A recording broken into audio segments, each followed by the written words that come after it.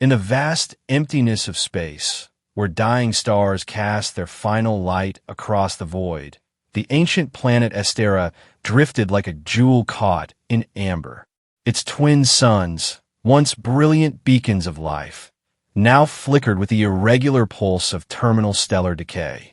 The year was 2287, and humanity had long since joined the Galactic Alliance, a confederation of worlds united by necessity and mutual survival. Commander Elias Finn stood at the observation deck of the Alliance vessel Harmony, watching Estera grow larger through the viewport. Unlike the 17 emissaries who had preceded him, Finn was no diplomat.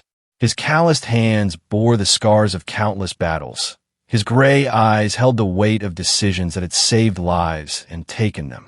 The Alliance High Command had chosen him precisely because he was different, a warrior where others had been negotiators, a man of action where others had been men of words. The mission briefing had been straightforward. Establish an alliance with the Estari through marriage to Lady Solera, the last female of her species. In exchange, Earth would gain access to the quantum jump technology that could save countless human colonies from isolation and extinction. 17 had tried. 17 had failed. Each had approached her as a prize to be won, a diplomatic asset to be acquired. Each had been dismissed with the cold finality of winter frost. As the Harmony descended through Estara's atmosphere, Finn observed the planet's surface transform from abstract beauty to concrete reality. Crystal spires rose from vast biotechnological gardens, their surfaces reflecting the dying light of the twin suns in prismatic cascades. The Estari had mastered the integration of nature and technology millennia before humanity had discovered fire, creating cities that breathed, structures that grew, and defenses that adapted. The welcoming ceremony was held in the Grand Atrium, a living cathedral whose walls pulsed with bioluminescent patterns that responded to the emotional states of its occupants. Delegates from across the Alliance filled the space, their diverse forms a testament to the galaxy's vast biological experimentation. But all eyes turned to the spiral staircase that descended from the chamber's apex as Lady Solera made her entrance. She moved with the fluid grace of liquid starlight, her form humanoid yet distinctly other. Her skin held an opalescent quality that shifted with her movements, and her eyes, large and multifaceted like cut gemstones, reflected depths of intelligence and sorrow that made Finn's prepared speech die in his throat. She wore the traditional ceremonial robes of her station, layers of fabric that seemed to float independently of gravity, each thread containing the preserved genetic memories of her ancestors. Elder Myron, ancient even by Estari standards, conducted the formal introductions. His voice carried the weight of eons as he recited the traditional greetings, but Finn barely heard them. He was studying Solera, seeing past the diplomatic facade to something deeper. There, in the slight tension of her shoulders, in the way her fingers unconsciously traced patterns on her ceremonial staff, he saw what others had missed: profound loneliness masked by duty. When the moment came for his prepared address, Finn stepped forward. The assembled dignitaries leaned in, expecting another flowery proclamation of Earth's worthiness, another listing of mutual benefits and shared destinies. Instead, Finn simply bowed deeply and said, "I came here to listen." The silence that followed was absolute. Solera's eyes widened fractionally, the first genuine emotion she had displayed since entering the chamber. For 17 ceremonies, she had endured grand speeches and hollow promises. For 17 ceremonies, she had been treated as a prize to be claimed rather than a person to be known. This human, this warrior with scarred hands and honest eyes, had just done something unprecedented. He had acknowledged her agency. Elder Myron cleared his throat, attempting to restore the scripted flow of the ceremony, but Solera raised her hand. When she spoke, her voice carried harmonics that suggested meanings beyond words. "Commander Finn, your predecessors each brought gifts of technology and promises of power. What do you bring?" Finn met her gaze directly. "Time, Lady Solera. As much as you need." The following days defied every diplomatic protocol in the Alliance Handbook. While Grayson, Finn's attaché, frantically tried to schedule technology demonstrations and trade negotiations, Finn politely declined each opportunity. Instead, he requested something that surprised everyone: permission to learn. "Show me your gardens," he asked Solera during their first formal meeting. "Teach me how your ancestors grew cities from seeds. Help me understand what it means to be Astari." Solera, accustomed to suitors who spoke only of what they could take, found herself intrigued despite her reservations. She led him through the Remembrance Gardens, where each plant contained the genetic memories of extinct species from across the galaxy. As they walked, she began to speak, first in careful diplomatic phrases, then with increasing openness as Finn asked questions that showed genuine curiosity rather than strategic interest. "This is the last thinking tree from Varani's 3, she said, touching a crystalline trunk that hummed with stored consciousness. "When their sun went nova, we preserved not just their genetic code, but their collected memories, their songs, their dreams." Finn placed his hand beside hers on the trunk, feeling the subtle vibrations. "You're not just preserving species. You're preserving souls." "Someone must," Solera replied, and for the first time, her voice carried warmth. "When we're gone, when our sons finally die, at least something of us will remain." Their conversations deepened as days turned to weeks. Finn learned of the Astari's burden, how they had appointed themselves guardians of genetic diversity as the galaxy's species faced one extinction event after another. He learned of their loneliness, being so advanced that other species often saw them as gods rather than equals. Most importantly, he learned about Solera herself, her love of ancient poetry, her fear of being the last, her anger at being reduced to a reproductive function in everyone's eyes. "Do you know what they call me in their reports?" she asked one evening as they watched the binary sunset from the crystal outlook. "The asset, the key, the prize. Never Solera. Never just me." Finn understood. In the military, he had seen how easy it was to reduce people to functions, to forget the human being behind the strategic value. "You're not alone in that," he said quietly. "Sometimes I wonder if I'm Commander Finn or just Earth's latest attempt at a solution." She turned to him, studying his face in the dying light. "And which are you now?" "I'm trying to figure that out," he admitted. "Every day with you makes it clearer that I can't be both." The arrival of the Orion Compact delegation shattered their developing connection like a hammer striking glass. Led by Lord Krell, a being who had replaced most of his organic components with advanced machinery, the Compact brought a different kind of proposal. They offered protection through strength, technological advancement through assimilation, and survival through submission. Their interest in Solera was purely practical. Her genetic template would be valuable for their bioengineering programs. Finn watched Solera receive them in the formal throne room, saw how she retreated behind the mask of diplomatic courtesy. Krell's proposal was aggressive, almost threatening in its implications. Marry into the Compact, or watch Estera face the dying of its sons alone. The other Alliance delegates shifted uncomfortably, recognizing the Compact's superior military strength but repulsed by their methods. That night, Finn's secure communication unit activated with an encrypted message from Earth High Command. Admiral Grayson's face appeared on the screen, his expression grim. "Commander Finn, we're activating Protocol 7. If the Astari continue to delay, you're authorized to implement the extraction plan." Finn felt his blood chill. "Sir, what extraction plan?" "The jump drive technology," Grayson explained with military efficiency. "Our tech teams have located the primary facility. If we can't secure it through alliance, we'll take it through infiltration. The survival of Earth's colonies depends on it." "That's theft, Admiral. It would violate every treaty we've signed." Grayson's expression hardened. "Treaties won't matter if our colonies die, Commander.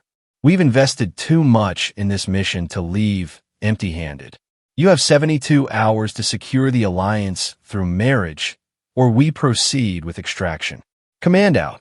The transmission ended, leaving Finn alone with a decision that would define not just his career, but his conscience. He had 72 hours to convince Solera to choose him. knowing that failure would mean betraying everything that had grown between them. The next morning, Solera seemed different, distant. As they walked through the archive halls, repositories of knowledge spanning millions of years, she spoke without looking at him. I received an interesting report from my security chief this morning. It seems Earth's technical teams have been conducting unauthorized scans of our facilities. Finn's heart sank. Solera, did you know? Her voice was quiet, but carried an edge sharp enough to cut steel. When you asked to learn about our culture, to understand our ways, was it all reconnaissance? The pain in her voice cut deeper than any weapon. Finn stopped walking, turning to face her directly. I knew about the scanning protocols, yes. There's standard procedure for diplomatic missions, but I didn't know about any extraction plan until last night. Last night, her eyes narrowed. What happened last night? Finn made his choice. He pulled out his communication unit, breaking a dozen security protocols as he played Grayson's message for her. As she listened, he watched her expression cycle through surprise, hurt, and finally, cold fury. So Earth is no different from the Compact, she said when the message ended. You simply hide your threats behind prettier words. No, Finn said firmly. I'm different. I won't be part of this. Won't you? The bitterness in her voice was profound. In 72 hours, when your precious Admiral activates his plan, where will Commander Elias Finn stand? With his duty or his conscience? With you, he said simply. She laughed, but there was no warmth in it. Easy words, Commander. Your predecessors made pretty promises too. Then let me prove it, Finn said. He pulled his rank insignia from his uniform, the symbols of 20 years of service, and dropped them on ground. I'm done being Commander Finn. For now on, I'm just Elias. Solera stared at the discarded insignia, then at him. For a long moment, she said nothing. Then, quietly, you would abandon your world for someone you've known mere weeks? I would abandon orders that ask me to betray someone I've come to. He paused, searching for words that wouldn't sound hollow given the circumstances. Someone I've come to respect. Someone I see, truly see, as more than just what they represent. Before Solera could respond, alarms began sounding throughout the city. The melodious tones of Estari warning systems were joined by the harsher claxons of Alliance protocols. Through the archive's vast windows, they could see ships descending through the atmosphere. Not the elegant vessels of the Alliance, but the angular, aggressive craft of the Orion Compact. Lord Krell's voice broadcast across all channels. People of Estera, your time of isolation is over. The Compact offers you a final chance to join us willingly. Surrender the Lady Solera and your quantum technology, and we will ensure your species' survival. Resist, and we will take what we need. The next hours were chaos. The Compact's forces moved with mechanical precision, overwhelming Estara's defensive systems through sheer numerical superiority. The Alliance delegates, supposedly neutral, found themselves caught between loyalty to the treaty and fear of the Compact's strength. Most retreated to their ships, unwilling to risk confrontation. Finn found himself in Estara's command center, watching helplessly as Krell's forces systematically disabled the planetary defenses. Solera stood at the central console, her hands dancing over controls as she coordinated the evacuation of civilian populations. There's an ancient defense system, Elder Myron said, his aged voice carrying surprising strength. Built by our forebears when we were still a warrior race. It responds only to the blood of the royal line. Where? Solera asked. The Temple of First Light at the planet's core. But Lady Solera, activating it would require my life force, she finished. I know the legends. Finn stepped forward. There has to be another way. Let me contact Earth's fleet. If I explain what's happening. His communication unit crackled to life before he could finish. Admiral Grayson's face appeared, but his expression was different now, uncertain. Commander, Elias, we've been monitoring the situation. Orders from High Command are to proceed with the extraction while the Compact is distracted. Admiral, the Compact is invading. Estera needs our help, not our opportunism. Our primary objective remains unchanged. Secure the technology by any means necessary. Finn looked at the admiral he had served for 2 decades, then at Solera, who watched him with eyes that held no expectation, only resignation. In that moment, the choice crystallized with perfect clarity. "No, sir," Finn said quietly. "I will not." "Commander, you're relieving yourself of duty? Your career, your pension, everything you've worked for, is worth less than my soul, Admiral." Finn removed his communication unit and crushed it under his boot. Elias Finn out. The silence that followed was broken by the sound of explosions as the compact's ground forces breached the outer defenses. Solera stared at Finn, her expression unreadable. "You just destroyed your life." "No," Finn replied. "I just started living it." Elder Myron cleared his throat. "The temple defenses. There might be another way. The systems were designed for Estari physiology, but they respond to neural patterns, not just blood. If someone with sufficient will could interface with them, I'll do it," Finn said immediately. "You don't understand," Myron continued. "The interface would kill a non-Estari. Your neural pathways would burn out within minutes." "Then we have minutes," Finn replied. He turned to Solera. "Get your people to the evacuation ships. I'll buy you time." "Why?" Solera's voice was barely a whisper. "Why would you do this?" Finn took her hand, feeling the subtle differences in her physiology, the slight electrical charge that all Estari carried. "Because for the first time in my life, I found something worth dying for, and someone worth living for. I just wish I had more time to figure out which was which." Before anyone could stop him, Finn moved to the temple interface. The ancient machinery hummed to life as he placed his hands on the control surfaces. Pain lanced through his neural pathways as alien systems tried to mesh with human physiology. Through gritted teeth, he managed to activate the first defensive protocols. Outside, the compact's advancing forces suddenly found themselves facing weapons they couldn't comprehend. Energy fields that phased through their shields. Gravitational anomalies that crushed their strongest armor. Biomechanical constructs that adapted to every countermeasure. But the strain on Finn was enormous. Blood began to seep from his eyes and nose as his brain struggled to maintain the connection.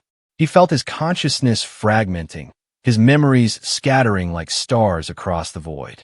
Then, suddenly, the pain lessened. He opened his eyes to find Solera beside him, her hands overlapping his on the controls. Her neural pathways merged with his, creating a bridge between human and Estari systems. "Together," she said simply. Through their joined consciousness, Finn felt the true power of the ancient defenses. Together, they turned the tide of battle. Krell's forces, so confident in their technological superiority, found themselves facing weapons that predated their civilization by eons. The battle raged for hours. Through their neural link, Finn experienced Solera's memories, her fears, her hopes. She, in turn, saw his life, his struggles, the gradual evolution from weapon to protector to man willing to sacrifice everything for principle. As the last compact ship retreated, Finn felt his strength fading. The neural interface had taken too much. He slumped forward, only Solera's support keeping him upright. "Stay with me," she whispered. "Elias, please." Through fading vision, Finn saw something remarkable. Earth's fleet, led by the Harmony, had arrived. But instead of moving to secure technology, they formed a defensive perimeter around Estera. Admiral Grayson's voice crackled through the emergency channels. "This is Earth Fleet Command. Any further aggression against Estera will be considered an act of war against the Alliance. Lord Krell, you are ordered to withdraw immediately."